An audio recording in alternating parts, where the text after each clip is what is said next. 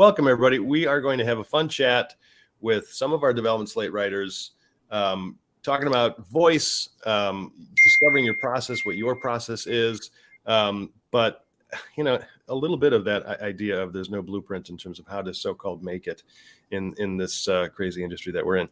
But what we're going to do is introduce everybody individually. I don't have that much of a level of an announcement or anything I'm going to make. You can see the scroll on the bottom of your screen. And just pay attention to some upcoming events. You can always go to networkisa.org and find out what's going on. You should subscribe to the email list. We have a ton of things going on. While I'm here, and I'm going to say this probably a couple times, and I was joking with my staff earlier, my coworkers, that I tell people outright, if you don't subscribe to the ISA's YouTube channel, you're dumb. I know that's a little harsh, but point being, it's totally free, and writers need to be in a constant state of educating themselves, and the ISA's YouTube page is a free educational resource. So please subscribe to our YouTube page. I don't actually think you're dumb. Let's get into some introductions. My name is Max Timm. I'm the Director of Education with the ISA. I also have a consulting company called The Story Farm. I'm the co-VP of Development alongside Felicity Wren, who all of you know as with Creative Screenwriter Productions, and a whole bunch of other hats that I wear on a regular basis. But let's just find out who is who, introduce yourselves, and then talk about how you got onto the Development Slate, and we'll talk a little bit more about that a little later. Yolanda, we'll start with you. Hello, everyone. My name is Yolanda T. Ross. I'm an actress, writer, and director. Hopefully one day I'll be a showrunner. But I got onto the Development Slate back in 2020 when you all did a pitch competition, and I pitched my first television pilot called We Are Here, and it was about a woman whose sister went missing 20 years before, and she goes back home once she finds out that another young girl had gone missing the way her sister had gone missing. And so that was a really great opportunity for me. Once I pitched that and they selected me, I was like, yay, because I've been trying to get on the Development Slate for years before then, because once I graduated with my MFA, I was trying to get on the Development Slate, and I was going to remember when you all used to do those in-person events over in West Hollywood? I would come to those and watch some of those Development Slate writers pitch to the panelists that you all would have. So that used to keep me so ambitious and driven to get on that ISA. Oh, I love hearing that. How exciting. So so it came full circle. So that's how I got on. That's cool. In your bio, you mentioned some interesting things. I'd like you to talk about it a little bit, but it says you believe in the power of producing and telling stories that deal with social issues affecting our world, especially the African-American community. So maybe just dig in a little bit more on that. Yeah, so I like dealing with stories that affect the African-American community as well as people of color, because a lot of the times those stories are not told in the way in which they should be told. It's kind of like that typical, drug dealer or whomever type of story. And I like to kind of go a little bit deeper, going into things like children who might be growing up in foster homes, and they may have a certain experience dealing with that, and how does that affect their lives, and what that looks like from childhood to adulthood, like generationally. I like to deal with systemic social issues that affect us. One story I'd written, which was a short though, but it was about a woman who had been falsely incarcerated. And she didn't commit the crime, but come to find out it was her biological father who was the judge that was keeping her behind bars because he didn't want his reputation to be affected. But what that did to her as a Black woman, how that would impact her life once she got outside and what that would look like afterwards, that's a whole different ball game and issue. So I like to kind of go a little bit deeper on that side. And also I wrote a story about a family and what they deal with the aftermath of their son being murdered by the police, that grief that you deal with afterwards, not necessarily the death itself, but what the death does to the family. So I like to go a little bit deeper when it comes to stories and things like that. I love that. I think we can all already tell that Yolanda would be really good at pitching. They're all really, I'm like, cool. I'd be willing to read that. Cool. Thank you, Yolanda, for doing all of that. And then, of course, for being here. Alex, let's jump to you. Introduce yourself.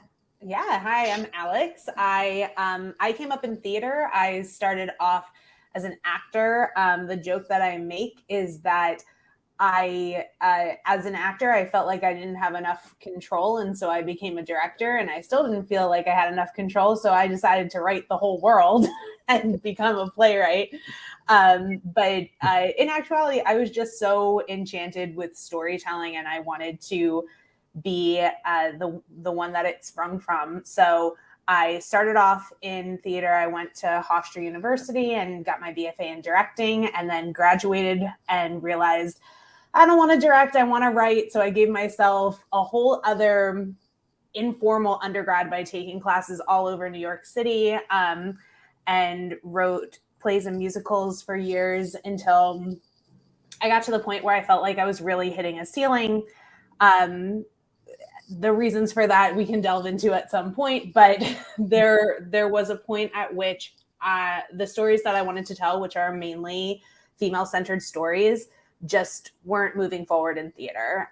So I started applying to grad school programs thinking, okay, well, if I get into Yale's playwriting program, then nobody will say no to me because I'm coming out of Yale's playwriting program.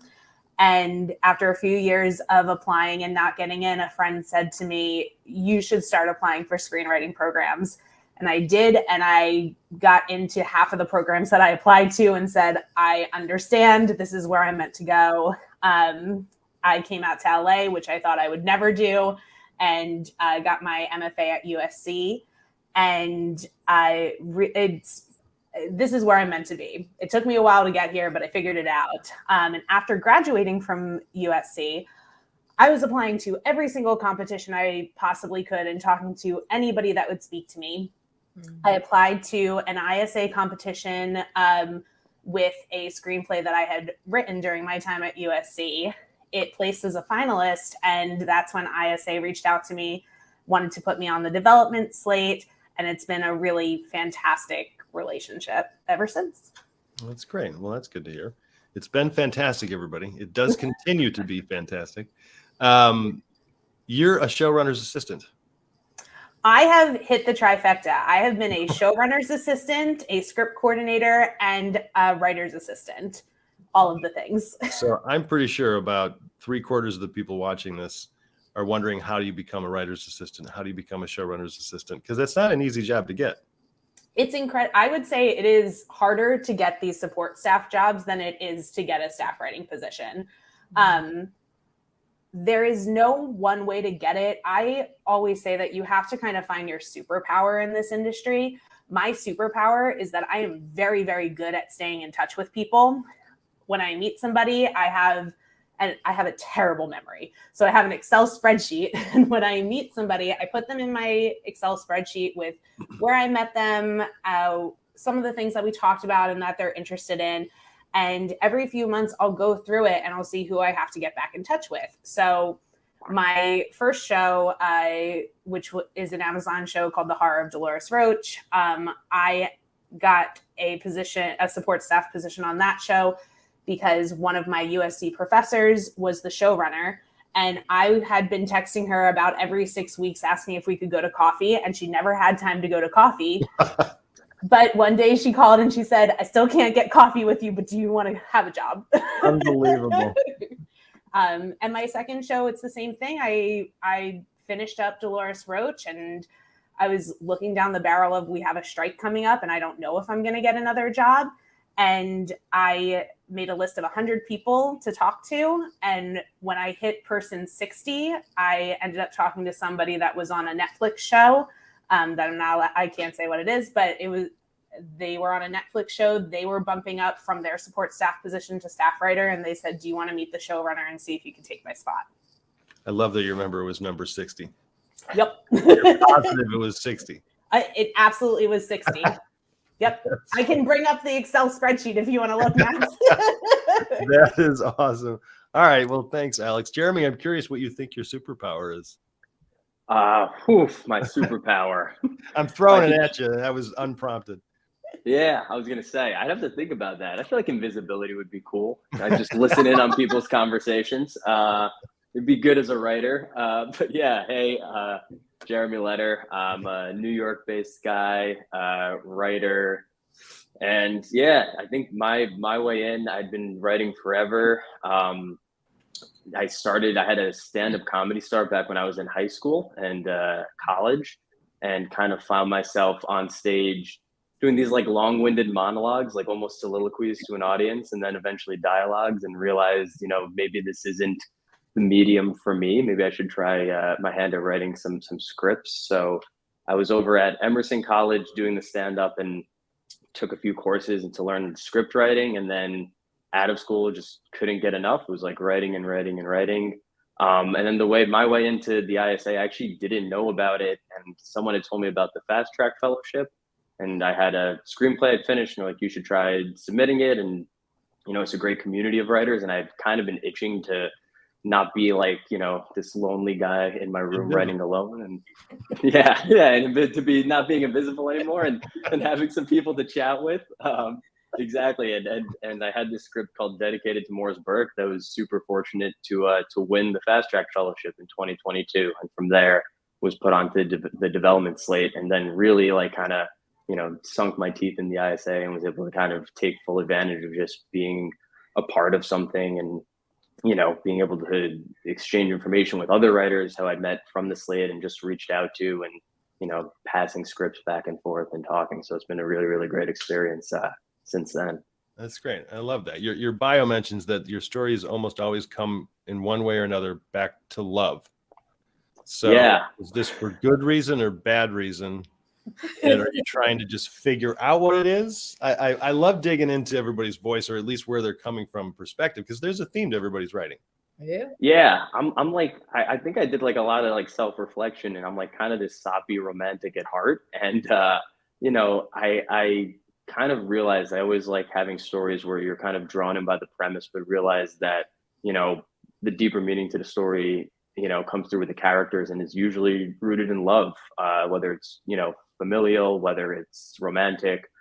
So I kind of find myself pushing it in that direction, despite what the premise might set up. It kind of always is rooted somehow in love. I think has a little bit to say about me, like trying to pin down what it means. And, I think I say like, why we fall in it, why we fall out of it, why it lasts, why it doesn't. And just kind of, how it ends up being this roller coaster that you're taking through life. And even when you are in love with someone and dedicated, it's really at its core a story about a husband and wife, but also a mother and son, and just seeing how those relationships intersect, and what the love does to people in different circumstances. I love that. Well said. All right. Well, thanks, Jeremy. Annika, well, let's dive into your background. It's fascinating, and I love hearing about it. I actually know Annika a little bit more than although Alex, we've had a couple meetings, but yeah, give us a little background, Annika. Who are you? I'm from Germany. I was born on the east side of the wall, so the uncool part of the country. I always wanted to be a storyteller, and studied essentially theater directing, got a Fulbright scholarship, moved over here, did film directing as my master's, and realized that nobody just gives you $1 million and a really good script, which kind of sucks. I really thought that that's what, is going to happen. You graduate and you come in there with your little, I'm Spielberg, and then somebody just hands you a bag of money, and doesn't happen. So I worked every side job in the business and then some. I was once hired to be a mermaid, and also became, an actor on the side. But then I started writing, and I started writing a lot of crap. And then after a couple of years, I studied a little bit more about screenwriting, and started getting a little bit better, and applied to every single fellowship, every single contest, everything you can possibly imagine. And in 2019, one of my scripts was in the ISA in the table read competition, and won the feature part of that competition. And that's how I got on the development slate originally. From that, I got signed with management. From that, I got signed with an agency. And then years later, now we have an interim agreement, and we're actually shooting that story. So it's taken many, many, many, many years, but we're actually closer, incrementally inching towards it. That's great. Okay. So, but you've also worked in camera and on production. So you have a lot of production experience in terms of on set. Yes. How much do you think a writer needs that experience? Oh, I think it's absolutely crucial. I think every writer needs to take acting classes, first of all, because I read a lot of, especially for TV shows, I read a lot of scripts where I'm like, this person forgot how people act. You read this and you're like, you need to read this out loud. Yeah. So an acting class is super, super crucial. And also on set, I think it's really important to work with some grips. Go, carry some cables for a day. Go figure out what it is to focus pull, what it is to build a camera. I think that's really, really, really important, and to work with the boys on set, because they're going to respect you so much more if you know your shit. Sorry to speak so bluntly, but if you know your lenses, if you know what goes where and how to work it, how the day works, how a 2-camera setup works versus a 1-camera setup, it's just a whole different ballgame. Yeah. Don't worry about being blunt. I called everybody in the audience dumb. So, I mean, I kind of set the stage early on. I don't think you're on. So in my notes here, I said, let's start off with a little icebreaker. I think we've already broken the ice. But Annika, we'll stay on you. Let's talk about, because this is a little bit of a segue into voice. I want to talk a lot about voice because I think it's something that writers don't spend as much time considering when they're considering the projects that they're going to spend a lot of time working on. So what is your favorite movie? What about it does it resonate for you? And then was there something specific that you love going back to all the time? Or what's the reason behind it being your favorite? Beyond like it's beautiful and the photography is amazing, the acting's incredible. So my favorite movie always changes every couple of years, and I usually have a top 3, and then one always changes depending on what really impresses me. Yeah. But one that's always stayed in there is Life is Beautiful. It's a film that is just heart-wrenching and gorgeous and funny and loving and kind and just breaks you. And I love the fact that there are 2 different storylines, right? You have the love story and you have the fantastical element, and they intersect and they build this beautiful web that at the very end of the film will absolutely ruin you. And I just love that. So this is not meant to be a therapy session for anyone, but it's funny that Annika loves ruining you. So like, is there something in there that you it's like a part of the truth, or something? It's like you want to hit the truth of life, or what is it about that? I think it's important to come from love. So I'm actually with Jeremy on that. And I write stories that are very much oriented towards real life, and then do something fantastical with that. All my stories have a little element of that. And I think it's lovely to dive into both, the beauty and the drama at the same time. And if you can do that really elegantly, that fascinates me. It's not really about ruining people so much as making them really feel something. Because a lot of people in our reality have forgotten how to use their own vulnerability. And if I can make somebody cry and love while they're doing it, opening their heart, then I'm doing something right. Yeah, totally. Yolanda, let's go over to you. Favorite movie, why, what resonates? So I'm like Annika when it comes to that part of it. But I have so many favorite movies. But one that really comes to mind, which as I became a writer, really stays with me to this day. And it's a lot of them that stayed with me, but Places in the Heart, starring Sally Field and Danny Glover. When I was 11 years old, that movie came out, and I'm kind of telling my age, but it doesn't matter. I'm proud of that. But that movie, for me, at that age, I learned so much. And when I started to become a story writer, I said, I want to be that type of storyteller, just like Steven Spielberg and all of those people. Is like when I saw The Color Purple, I want people to feel something and to receive a message with every single story that I tell. So as I approach that story, I look at what message that I want them to get, because from Places in the Heart, I learned that as a woman, I needed to learn how to write my own checks and to take care of myself, because if I relied on a man to do that all for me and something happened to him, like her husband, he ended up dying, then I need to know how to take over. You know, I need to know how to do those things. And as a child, that movie really impacted me. And it became one of my favorite movies. Like, I remember so many lines in the story. And that's another thing that, like, I want stories that people remember dialogue and they can quote it at the top. Oh, just like Jackie said, and such and such and such. So, you know, because to this day, my family and I, friends, you can quote a line from The Color Purple and people just get it. You know what I mean? You know, so I, you know, when it comes to voice, it's all about impact for me. And my voice is that message voice. What do I want them to feel? What do I want them to walk away learning? And what do I want them to walk away remembering from that story? Because I tend to take stories from my own childhood and adult life because I've been through so much in life. And I take those stories and I fictionalize them and I flip them on their heads. So that's, you know, me in terms of my voice and how I approach story. So I love that. And is that a consideration even before you decide this is a project I'm going to work on? And yeah. Absolutely, 100%. Like, I'll think, and I can have a story roaming around inside my mind, and as soon as it hits my heart, I know that it's time for me to write it. Right. And I have, you know, one of my friends, she's on here, she can attest to it. I see her in the audience, and I appreciate her being here. But she knows, like, I have like a whole catalog of just stories. You know, because I write stories for therapy too, for like myself, like what you said to Annika. Like for me, like if I get upset about something, and it may not be a story that needs to be shot or told, but I'll write it out. I'll get all my thoughts out on paper so that I can heal, you know. Totally. And it's not even a fully formed story yet. It's like the beginning of a feeling and yeah. And it seems obvious when we say it. Like I think every writer probably does that. But the sooner we can be aware of that we're doing that, the faster we're going to be moving into the development of that project, because now you know exactly why you're trying to write it. And Right. it's so simple. But all right, cool. Thank you, Alana. Jeremy, let's go to you.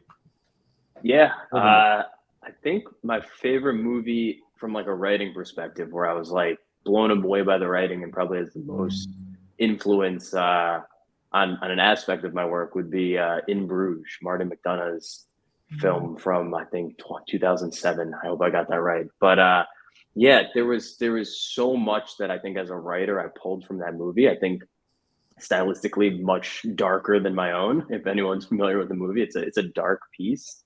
But the way that he navigates grief with comedy had a lot of influence. The rhythm of the dialogue, I think it's almost bordering on unnatural and play-like, but to me that I think really influenced my style. I really like having dialogue that is that snappy back and forth and maybe isn't the cadence, you know, that you have in everyday conversation, but because, you know, you're in this piece, it brings you into it.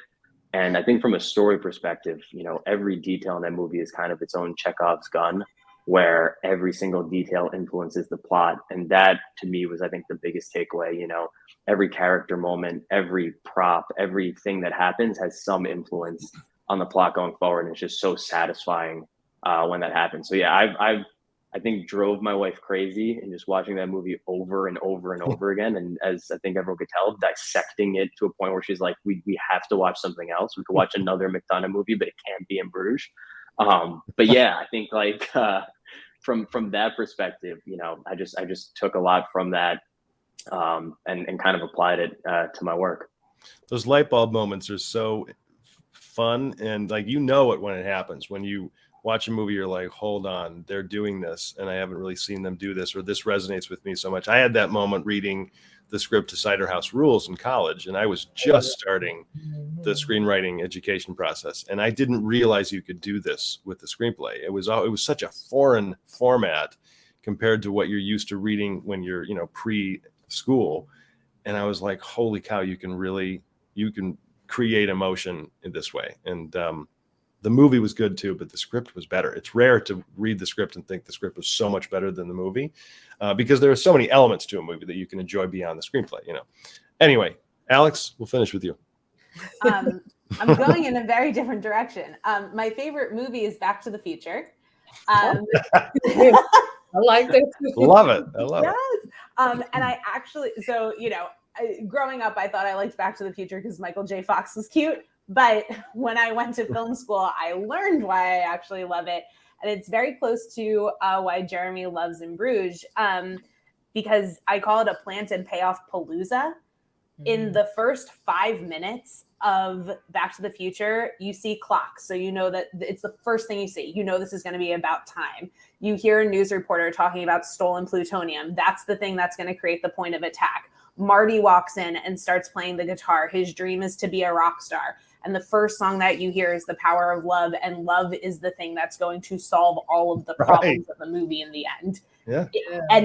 And every little thing that happens thereafter, I always think of the scene in which he scares the younger version of his father by pretending that he's a spaceman. And everything that he uses in that scene is from an earlier part of the film. It is perfectly written to take every last drop and make it count. I think that Zemeckis did something like 40 drafts of this script. It's an insane number of drafts, but it is perfect. And I strive to write like that. I hear you. Every time I watch the movie, it's so much fun because you can just sit back and consume it all. At the same time, you notice all those things. It's impossible not to think, my God, this is so smart. Is it true that the first time machine was a refrigerator? Or one of the time machines? I don't know about that, but I know that they did a complete redesign of what the DeLorean looked like, because when they first did it, Zemeckis was just like, that's not it. Yeah. And I know that they redesigned what the flux capacitor and everything looked like. I think you're right about the refrigerator, though. It was not a car. I know it wasn't a car. Yeah, it started off as something else. Yeah. Can you imagine? They went through a lot on that movie. They replaced their lead actor, so they went through a lot. Yeah, it was not Michael J. Fox. All right. Well, I think it's fun talking about all those because it says something about who we are and what we're then going to gravitate toward in the future. At the same time, there are, like all of you said, there are so many movies that you love, and it's hard to choose just one. But I love that you all chose one. So it means there was one, you know. It's a Wonderful Life is the one for me, but that doesn't necessarily mean I think it's the greatest movie ever made. That I don't know how to answer necessarily, because I could watch Dumb and Dumber once a day for the rest of my life, and I don't think it's the greatest movie ever, you know.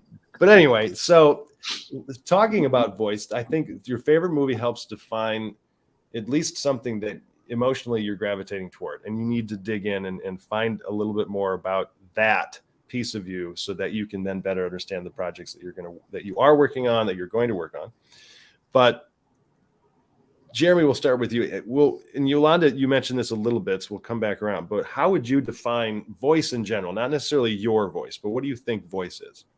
Yeah, I think voice, and I know I've heard this a lot, so I think I've heard it and pulling it all in. I mean, it's your unique perspective on whatever material and subject matter you're approaching, right? You have to pull everything that's happened in your life, all of your experiences, all the experiences of people around you, to then approach a story and to tell it in a way that really only you could tell. And I think that's the big thing. I know we hear a lot about ideas and you have premises and characters and a lot of conversation about originality, but your voice is how you're bringing that originality to the work. And I think it has to be a combination of, you know, that perspective and your own vulnerability, so that when you're putting your vulnerability in there, you can make it really honest and you can do something that is unique and stands out.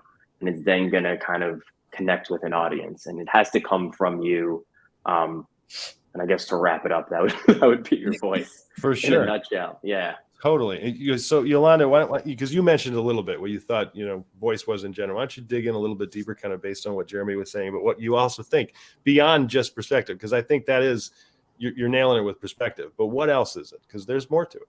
Yeah, voice to me is your own unique experience and how you experience life and how you experience the world that shows up in the script. It does give you a perspective, but it also allows the audience or whomever is watching or reading to learn more about you and who you are as a person and how you've experienced life or how you see something from whatever your point of view is. And I was going to say too, the movie Joker, for me, I learned so much about the director, the writer, all of them, because to me, every single thing was thought about, from the signs, the acting, the writing, the directing. Like, it made me want to go, like Alex was saying about Back to the Future. I was like, that's how I really want to tell stories. I want people to feel my voice and who I am, and experience that through the writing and even through the directing and how it shows up, because they have to see how I think and how I feel and how I see the world through my storytelling, the writing perspective, and how it shows up on screen. Mm-hmm. Yeah. Yeah. Annika, what do you think?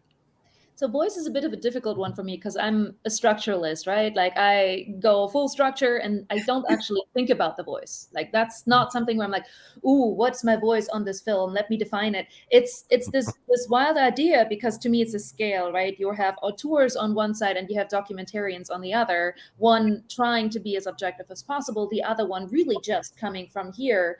And for me, every project I do is on a different spot on that scale, because it really depends where I'm coming from. I wrote a script a couple of years ago that was very close on the line to Spotlight in terms of the documentarian style, and I tried to take myself as out of it as I possibly could, to keep it as clean as possible, to not let that influence what I'm actually writing. And then I do a young adult novel that's about a vampire calling into a suicide hotline asking for advice on how to die. That's very much That dark. could be a documentary.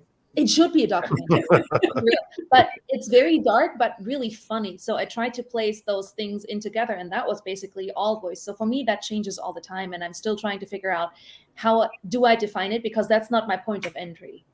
I think it's a really great point to make, because there is that for every writer. There's still the decision: is the core of this, the story itself, taking meaning out, a good enough story to attract readers or viewers? Like, does it have a good hook, and is it interesting? Does it have, marketability, et cetera? I'm not saying that you're only focusing on that, Annika, but there is a why you're saying yes to those projects, and there are other projects that you'd be like, no, that's not for me, or Right. So there is still something that you're connecting to deeper, Yes, outside of the structure. Absolutely 100% emotional. Like I'm all heart, but for me, it really depends on the story, because I put story first. So I don't put my voice first, if that makes sense. Sure. Yeah, no, I get that. Totally get that. I was going to follow up. I had a little tangent. I probably go on too many tangents here, everybody. This is all for all of you to be in the spotlight. But Alex, voice, what do you think? So I think that voice, you will spend your entire life trying to put your voice from your brain to the page. There's not a clear translation. And I think that is the life of being a writer, because your voice is an amalgamation of the experiences that you've had, how you see the world right now, and how you want to see the world. And that is ever changing. So I look back at things that I wrote 10 years ago, and I saw the world so differently then, and I wanted such different things then. So it's ever developing, and it's something that is so unique to you, but it's also so unique to you in the moment that you're writing. Totally. I totally agree. Voice definitely evolves through age and experience, because we all have new experiences as we grow. And, I was just looking back at me when I was in my late teens and 20s, and I don't like who I was back then. Not that I was a bad person by any means. I'm just like, oh, that's just not me anymore. So my viewpoint on life back then was quite a bit different than it is now. But at the same time, there is something that sticks to us. Like I was interviewing two writers. One of them was they were both writers on Bob's Burgers, and one of them was a twin. And I asked him this voice question, and he said, voice is interesting because I grew up with a twin, and we both experienced everything together. And my parents fought all the time, nothing to the point of abuse, thank God, but it was dramatic, and they fought all the time. And my brother took it very dramatically. He did not take it well. I laughed at it because I kind of had to. And they experienced the same exact thing. And so there's something inherent in us also, just in terms of who we, there's like something in the DNA that you could argue that it's also just, general experience. But I don't react certain ways than other people may react. Like if someone told me no when I was 5, I would have been like, oh, okay. Some people would be like, screw you, I'm going to show you. I wish I could have been that person. Anyway, I think voice is a fascinating topic. I think we should all be thinking about it as much as possible, at least in terms of how we're resonating emotionally with the project, because I think it's something we move too quickly past. If anybody has any comments or anything about voice, feel free, throw it into the comment section. So let's move on to process, because we're going in actually a little bit more toward Annika's route here. She said, I've never heard the word structuralist, by the way. I think I'm going to use that. That's interesting.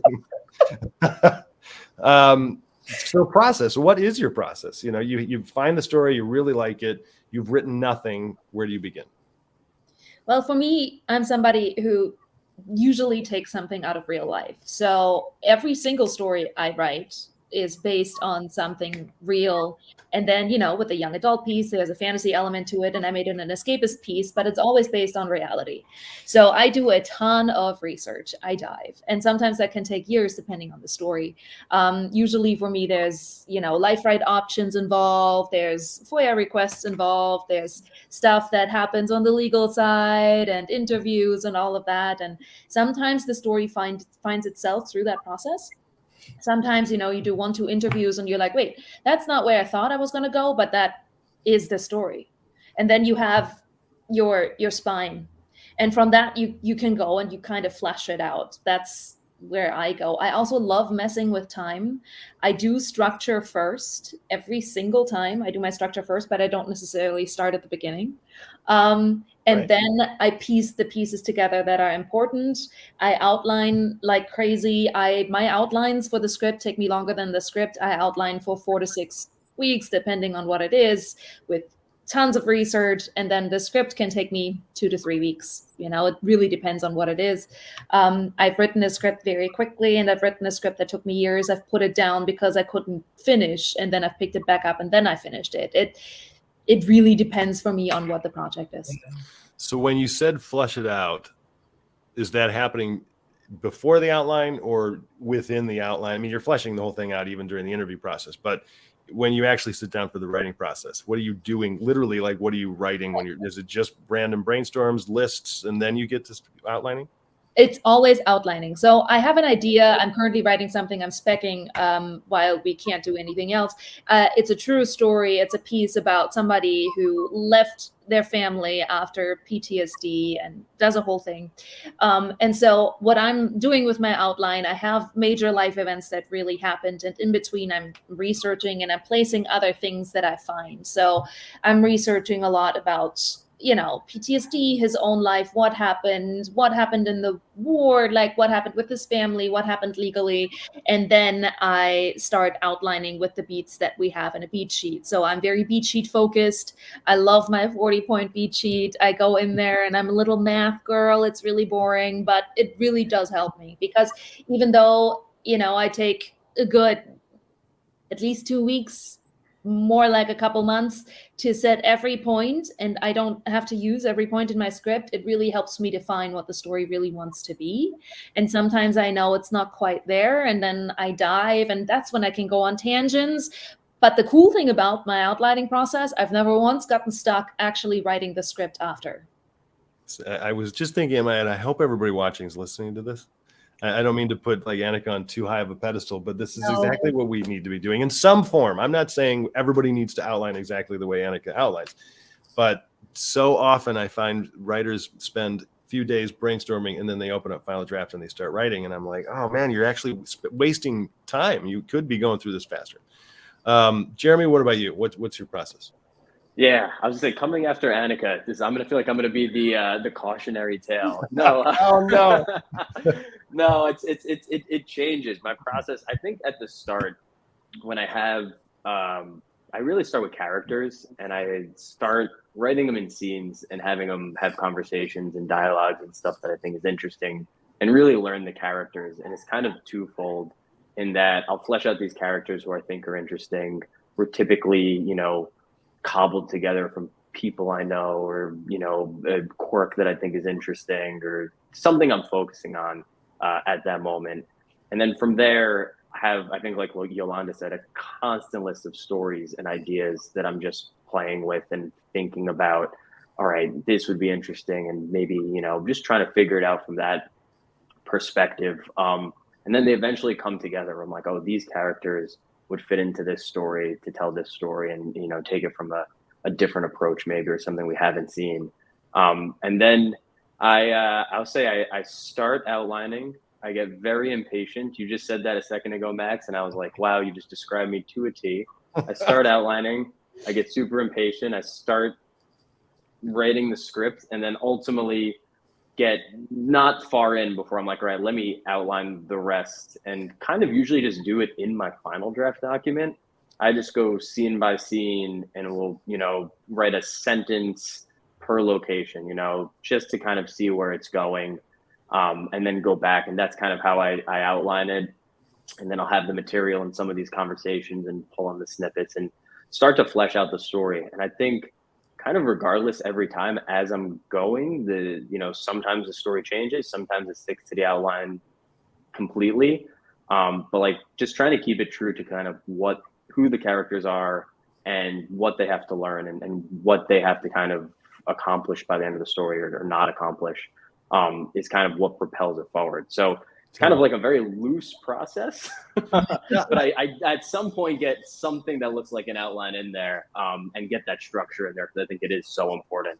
I think if you can have a healthy approach to your final draft, then write healthy approach to your first draft. Then write the first draft. Like if you know that you are going to become tied to your first draft, if you're the type of person that loves the first iteration of an idea, don't write your first draft right away. The more you write, the more used to the process of letting go you become, and then the first draft doesn't become, this is it. So I love writing scenes for characters, not knowing where the scene's going to exist maybe, or what the point of the scene really is, but just to feel it out, because that feels like writing, and you're making decisions about who the characters are. So nobody's wrong. Nobody's process is wrong. I just prefer to go toward the structure and outline part, but yeah. 100%. I'll add in that in the dedicated script that they won the fellowship, there was in the first draft, I think 30 pages took place on a train. There was a train scene that was so long that is nowhere near the final draft. I mean, It was cut out so quickly. If you read the movie now and were like, where did the train scene even go? You wouldn't be able. You'd be like, what is he talking about? It was so insane. But yes. Yeah. All right, yeah. Alex, what about you? How do you approach it? So it depends on the project. I've written scripts that are inspired by my experiences in my life. I've written scripts that are about real historical figures, and I've adapted from a novel as well. And the beginnings to those are all super different. If it's something coming from my life, then I honestly will spend anywhere from a few months to years thinking about it and just letting it roll through my head and make notes and go away from it and come back to it. If it's a real life figure, I dive really deeply into research. I think no matter what you're writing, if it's not a lived experience, you need to make sure that you're not a tourist about it, that you have to really invest in what that story is, who that person is, what that period of time is. And when I'm adapting from a book, this is the most excruciating thing. I write out a little slip of paper for every single scene in the book, and I put them all out, and I start figuring out what scenes I need and what scenes I need to get rid of.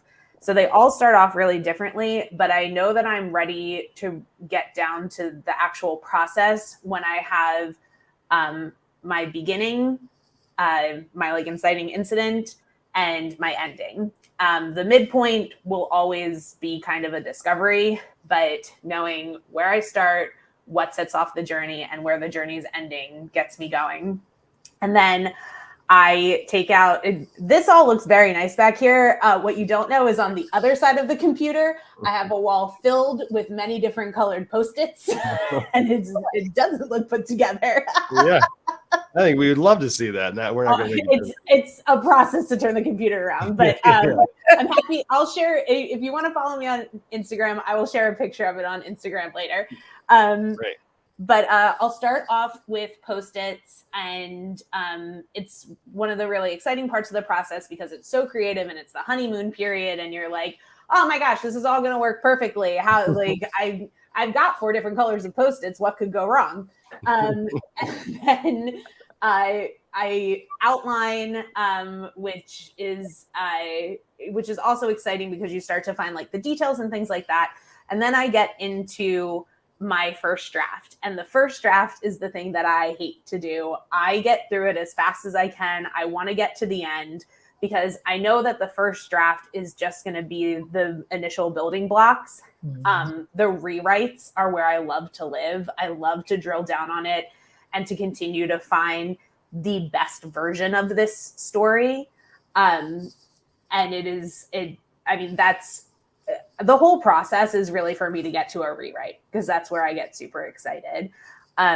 I have tried in the past to skip parts of this process. I'm like, oh, if I have the Post-its, I can just go into it. I don't need to outline. That is not true. Just remembering everything is in and of itself difficult. I actually love the idea of putting a slip of paper down for each chapter of the book that you might be adapting because it helps you remember the book. Because at the very least, adapting a book is a monster just trying to remember everything because there's no way you know the book as well as the novelist or the author did. So you have to kind of memorize the book, it is daunting. It's incredible. I have the book that I adapted. I hold on to all the slips of paper because I might need to go back and rethink things. And it's not just chapters. I go by scenes, and there could be more than one scene in a chapter. For the one that I did, I think I had over 200 slips of paper. Then I had to go through and figure out what was going to end up in the script. Wow. Good for you. Yolanda, how about you? Well, for me, outlining, I'm kind of like Jeremy. I work a little backwards and a little bit of Alex.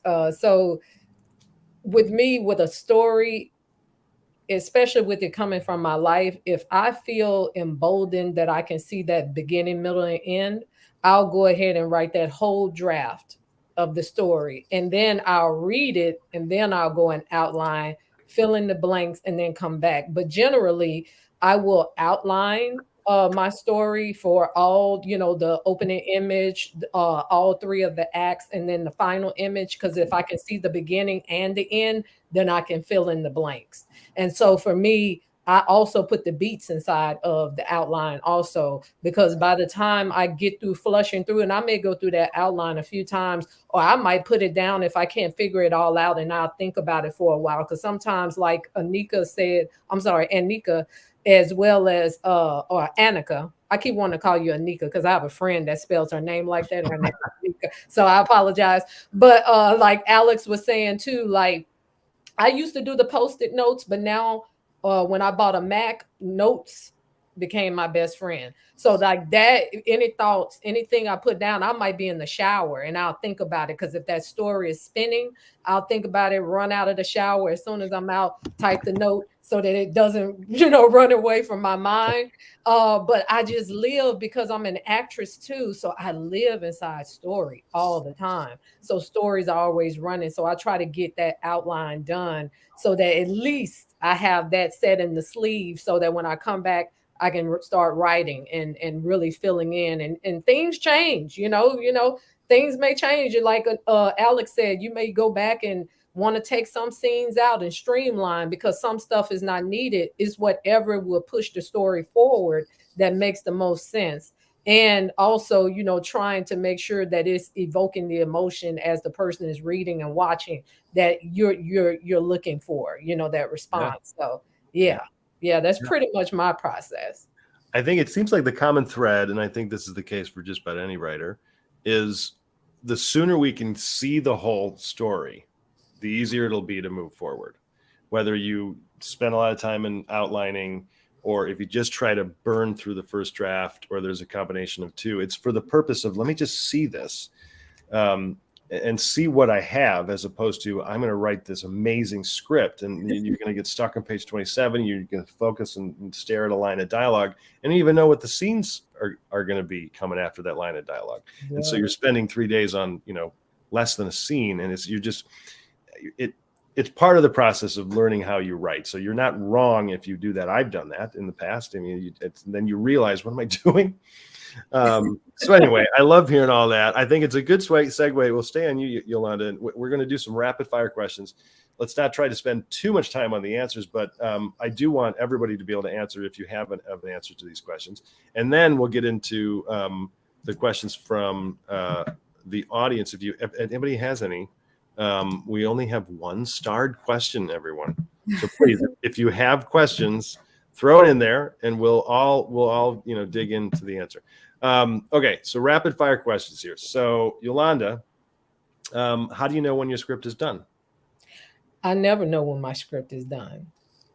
I'm being honest. I never know when my script is done, because I always feel like even after things that have been shot, that I've written, that have been filmed, I go, dag, I could have done that. Yeah, totally. That would have been different if I had read it this way, and you can always kind of tell those first draft movies too. I know you all can tell those first draft movies, but like that writing is in the rewriting. So I can always tell when people have spent time on the story. So I can always see like, I could have done that differently. So for me, I never know when it's done. I just know when it's good enough to be read. So I guess that's what we'll focus on, because I totally agree. I mean, you could be sitting in the movie theater watching your movie going, oh my God, that was awful. But ready for other people to consume. I get how do you even get there? Usually at around, I would say around draft, maybe 4 or 5. If I feel like all the elements of what I want to say is in the story, and now I'm ready for it to move forward, so that I can start getting feedback. But sometimes if I'm very passionate, I'll pass it to a good close friend or two who don't mind reading scripts, that can give me feedback after the first or second draft. And then I'll take their notes and go back and see if they are worth implementing into that story. And usually they are. And then I'll go back through the next couple of drafts and then do a table read. And I'll have my close knit actor friends do a table read with me. Okay. And once I hear it, I go back and I revise. And then after that table read, I'm usually ready for industry vets or whomever to start reading it. Anybody else want to touch on that? I would agree with Yolanda. I think I get to a point in a draft where I'll read it out loud myself in a room, doing voices like a crazy person, and then after I do an edit there, I'll call up some friends and rope them in with pizza and wine to sit at a table with me and divvy up parts and hear how it sounds from their perspective. How are they reading characters and lines? And if it sounds good, usually another edit after that, and then usually it's out the door. But to get to that point, many drafts, I usually have to like love it and then hate it and then be like, no, I think I love it again to get to there. Okay. Well, then we'll stay on you, Jeremy. So best advice on receiving and applying notes. Oh, I like that one. I think I had this click recently, because I think a lot of times I had a switch. I always used to think of notes as critique of my work. And I think I started to think about them as reactions to my story. And it was monumentally helpful. I think it was like, oh, these are people reacting to the story they've read as if they've seen the movie and the conversations that they would have. And if they feel that they're giving a note on that aspect, it means that they're thinking about it. And then I should think about it. And being the biggest expert on the story and on the characters, I get to kind of decide. Sometimes you have to do a note, but a lot of times decide, do I do the note or not? Does it bolster the story? Is it going to help a character arc? And if it's a note that is coming in as required, it's like, right, well, how can I do it in a way that feels true to the story? Kind of going back to the voice thing that still fits in, that is going to kind of, accomplish what whoever gave the note is looking for, but also do it in a way that I feel is the best to take it to kind of that next level. And I think almost always it improves the story. I don't think I've ever really had a note that I applied where I was like, oh, this was a step back. I think it's always something I probably didn't see sitting with it for so long. I think it's great advice. Anybody else want to add to that? I think that getting notes from your friends or mentors, your reps and executives or producers are 3 very different things. Mm-hmm. Your friends and mentors, they know you really well. They know what you do. You're going to get very deep stuff from them. And it's going to be kind of exploratory. Your reps, they're trying to do something for you. Hopefully you have really good reps that understand you, but their notes are coming from what they're hearing from the industry and trying to position you. And then when you get to execs and producers, their job is to give notes, even if they don't really have notes. So it becomes a very tricky thing of trying to figure out what is a real note and what did they have to do so that they could check you off their list. I love Jeremy's approach that like these are reactions to the story. I also, the way that I take notes is like, this is a job. And this also is the way that I think about writing. I am passionate about writing. I love what I do, but it is the job. And so to remember that these are not personal attacks on your story or yourself. Yeah, So, I got to echo what Alex said there about who's giving the notes and why they're coming in is a great way to approach it. Because some of them, it's a job. You got to do them, and you've got to figure out how to make it work. I think it's kind of that chew the meat and spit out the bones kind of deal too. It's like you have to decipher, and also what I'm learning, especially from some of my writing mentors who are showrunners and things like that, it's like you have to fight for your voice sometimes too, because some of the notes don't make sense. And, I learned from one of my writing mentors who, he sold shows to Netflix and all of them. It's like, as soon as you sell the script, like we go through all of these notes prior to selling the script, and then you sell the script to them. And like Alex said, they come back with tons of notes, and it's like, you're trying to implement, it's like the notes never stop. So you just have to get used to getting those notes, but also knowing your voice and knowing how to fight for your voice when things don't make sense also. So, but respectfully, you know what I mean? So yeah. Totally. The moment you feel you're taking it personally, just kind of, oh, wait a minute, I got to get up and just walk away. It's easy to go, why, you're wrong. That's a perfect piece of advice. They're not commenting on you. They're commenting on the script. Yeah. So Alex, most important piece of advice on pitching, whether it's a verbal pitch or a written, it's up to you in terms of how you want to answer that. Yeah, I am.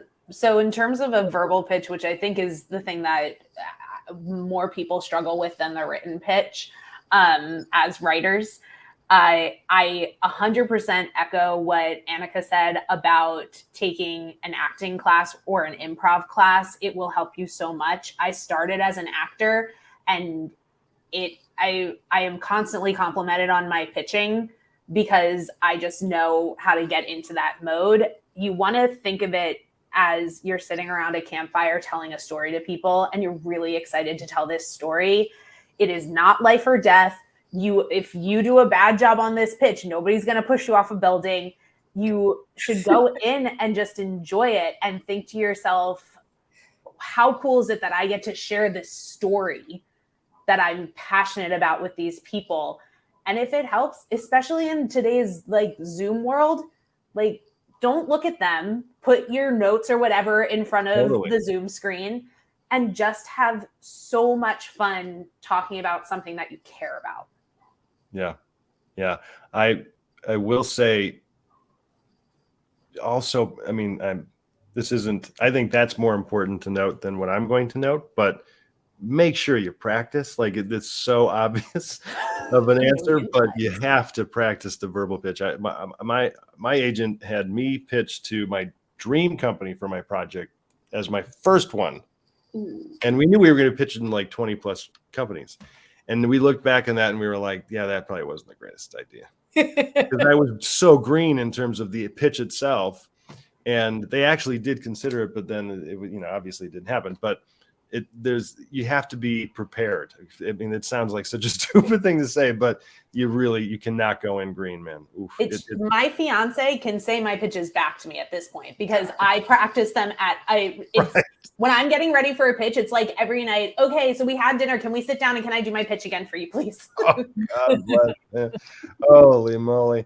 All right, Annika. Last but not least, worst advice you've ever received.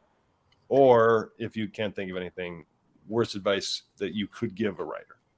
I think the worst advice that I've ever heard is that it's all about talent, because it is not. It is like, this is not my first or second language. I can't spell correctly because I'm dyslexic.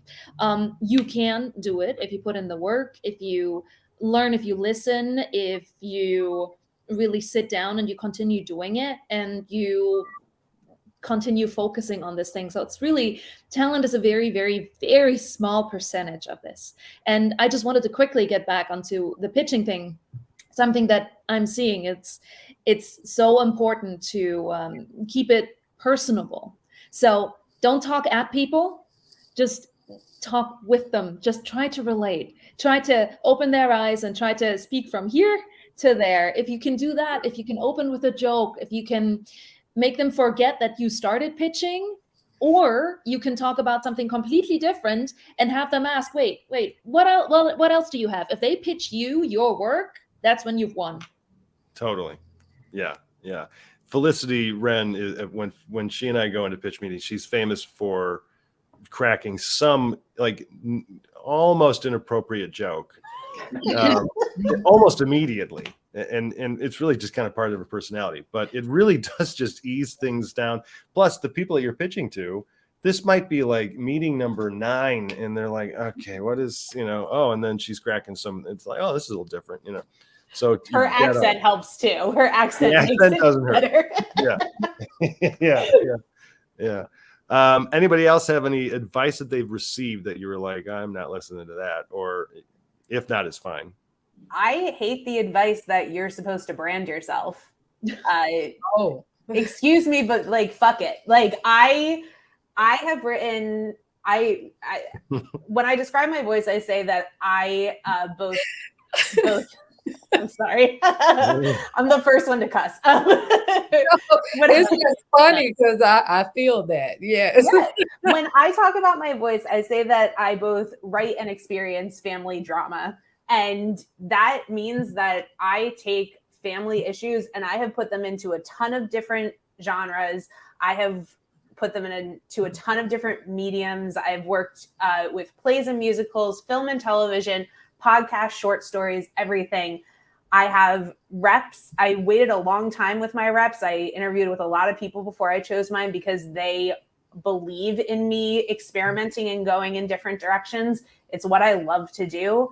And if you are somebody that loves to do that and somebody's telling you, no, you have to brand yourself as like a rom-com writer, or you have to be an action writer, that's not the right person for you to work with. Yeah. And I'm totally with you in terms of the fuck it comment, because the industry is what's making us think we need to do that, because industry executives think they need to go, oh, that person's the horror writer, we're going to go to that writer. Yeah. Well, I'm sure that writer has other things that you might want to consider. So it's very closed-minded in terms of considering, not only material, but writers themselves. I shouldn't say that as a blanket statement. There are a lot of executives who are wonderful and fantastic people. But in general, over the course of decades, the industry's they've pigeonholed that, because in a way that's all they can really do, because they have to think of things from a marketing standpoint. So in a way, you can't blame them. But anyway, thank you, everybody. These were awesome answers, a fun conversation. That went by so much faster than I expected. And sometimes we go too long because everybody has so many fantastic answers. But I will say, for everybody watching, those of you who asked these questions, these are fabulous questions. I'm looking at the starred questions. I will say, well, CC has 2 questions. The first one was, would love to read some of these scripts. Are they posted publicly somewhere? I don't know. I don't know how to answer that exactly. I think you can go to your ISA profiles, right? Yeah, you can go there. I think if they're listed as public, you can download them. But if they're listed as private, you can't. Annika, were you going to say something? I have one that you guys can read publicly. It's on Amazon. It's the young adult one because it's out as a book, so you can read the script and the book if you feel like it. That one's easy. I try not to make as much public anymore on development slates and blacklists, especially because of the strike, because it's one of the rules, right? So we have to be a little bit careful. But yeah, there is something that you can read of mine. So how would they search for that then on Amazon? Oh, that's Death of a Nightingale. It's a fun little, very dark, very messed up story. Great. Can't wait. Okay, cool. Another one from Cece. Do each of you have a trusted script consultant or doctor that you work with, who looks for story structure weaknesses? Is there anybody, a trusted individual that you go to? Yeah, you're shaking your head. Yes, Annika? Oh, it's me. Okay, sorry. I react a lot. Apologize. I usually my lovely manager is my Swiss Army knife. I usually do a draft, then do a second, and then him and I talk for a long time. Then I do another version with somebody else just to get another set of notes, and then I implement that and go again. Okay. Anybody else? I'd say I have a buddy, a friend who, for some reason, just before anyone reads anything, I send it to him. And his perspective is a little quirky and unique. And usually I'm going to feel badly about myself after I get it back, but I think it's a good thing. So before literally, I think anyone looks at a script I've written, it goes to this one friend of mine who gives it a read. Not a script doctor, not like anything like that, just a trusted friend who I want to get his take on it. That's great. Yolanda, were you going to answer?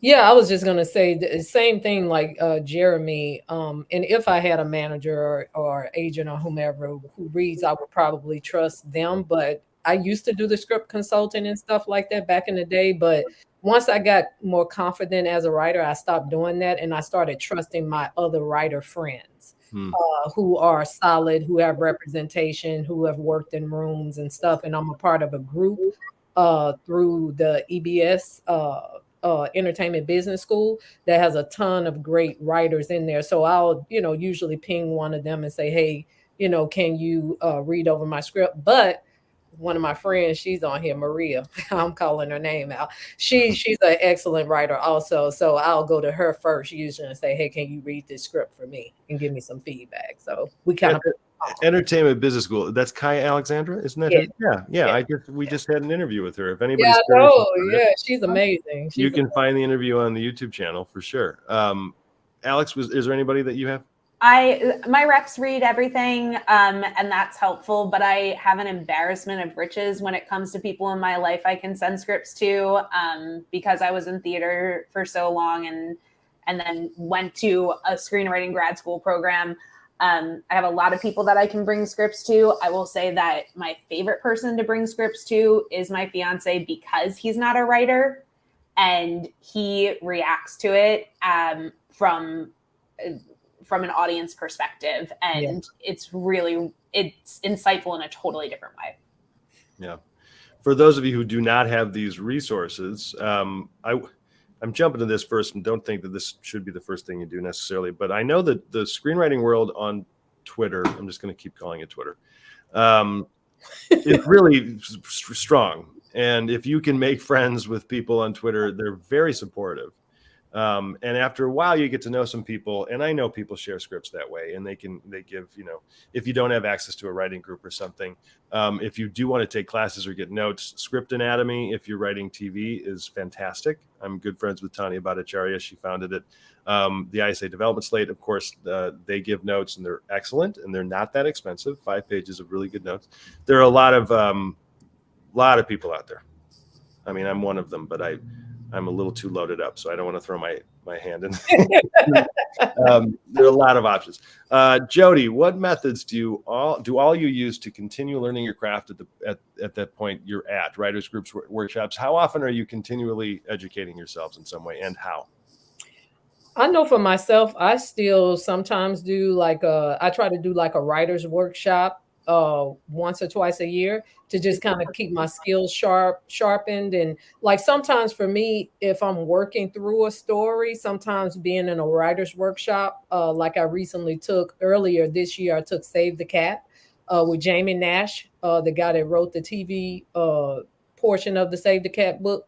So that was really great for me because I just feel like we have to keep those skills sharpened, even though we are skilled writers and experienced writers. It's just sometimes good to kind of get back in there, and just make sure your structure is set up. Because not every story you can follow that same pattern. Yeah, they're all different. Yeah. So yeah. I attend things like this constantly. The Blacklist is doing a free panel that it was weekly, but now it seems like every day. They have tons of really incredible people coming on and talking about different areas of writing. I have a writers group, and we do things a little bit differently than most groups. Instead of everybody bringing in 10 pages every time we meet, we do full projects. So you read the full script and you comment on that, and we meet once or twice a month instead of every week. And that I find to be way more useful for me than the little snapshots of what I'm doing in a script. And then once you are in a position where you're in a writer's room in whatever capacity, whether you're support staff or a writer in that room, that is a masterclass every single day. I have learned, I got a whole second MFA, it feels like, every show that I've been on. I believe it. Yeah. That's great. I host writing groups. I won't be taking on new writers until next year, but I do a 30-day screenwriting challenge with the ISA in January and in June. I'm on Zoom in office hours, answering questions for people, guiding everybody along. So it is a community online.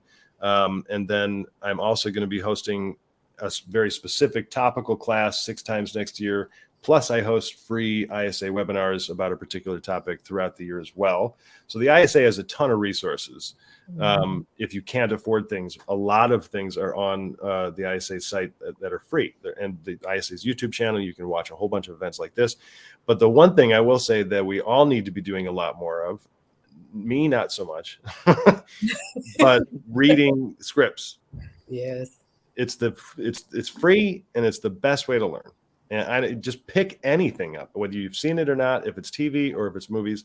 Don't try to pick one that's just in your genre. Read everything. Film Courage is excellent on YouTube. Yeah. So anyway, a lot of resources. Let's see. Sisan, I hope I'm saying your name right. What's the difference between a good script and a great script? What separates good storytelling from great storytelling? I think this is kind of an age-old question that not everyone necessarily has a perfect answer to. I don't know necessarily what the perfect answer is. Does anybody think they have a good one? For me, I mean, when I read a script that is so tight, that doesn't have an extra word, but it's at the same time so poetic and so picturesque that it sends a shiver down my spine, that's a perfect script. And for me, when I can read a script from the fade in to the fade out, meaning like from the first line that draws me in immediately, like you give me that visual picture, because I'm very visual and I like to see that when I'm reading a story. If you draw me in like that and I read that script from beginning to end, and when I come out, I'm like, oh my God.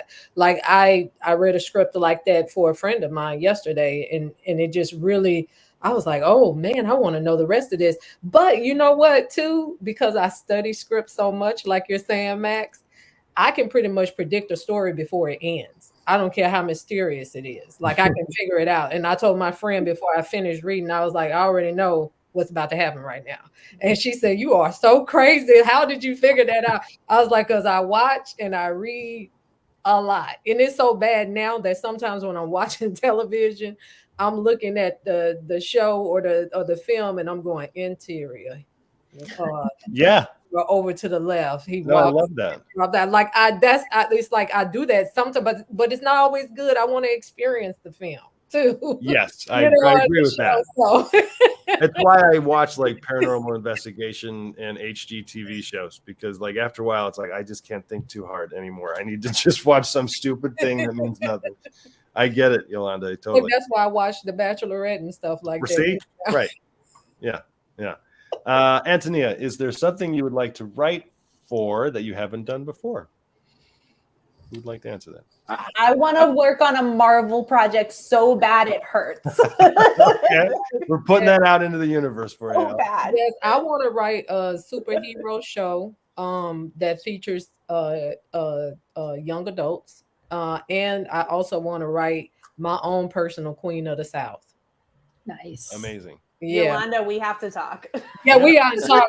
If you're right here, we can do that together, because like I got some ideas. But yeah, I got it. Because I'm not a gangster, You know what I'm saying? But I love shows like that. Like I get enthralled and I'm like, I know I can just, ooh, I just want to live in that world just because I don't live like that. You know what I mean? Yeah. Yeah. Jeremy, you were going to comment. Yeah, I don't know exactly. I think what I would like to write, but I kind of loved what Alex said before. Like, I think when it comes to voice, and I know I've heard a lot too, right, with branding yourself as a writer and kind of being beholden to a genre. It's like taking that voice and doing it across a wide array of genres is what like gets me excited, right? It's like, I'm in the comedy, drama, dramedy world, and like we said, always in love. But that could be a sci-fi film, that could be a superhero film. I think taking that perspective and kind of playing with it in genres is what gets me excited. And when ideas come, that's like, ooh, I can kind of see how I approach a certain genre. Like that's always what I'm looking for sure. Yeah. Annika, did you want to add? Is there anything you dream of writing? Yes, I would love to write something along the lines of The Great or Veep that is, deeply funny, so intelligent, just brilliantly made, where the camera is one of the characters and it's just smart and inappropriate and glorious. Right. Yeah. I one of my favorite half-hour comedies recently is Ghosts on it's technically the British version is actually funnier than the American version, but it's so stupid and cheesy, but I just love every second of it. And you could say the same thing about Only Murders in the Building.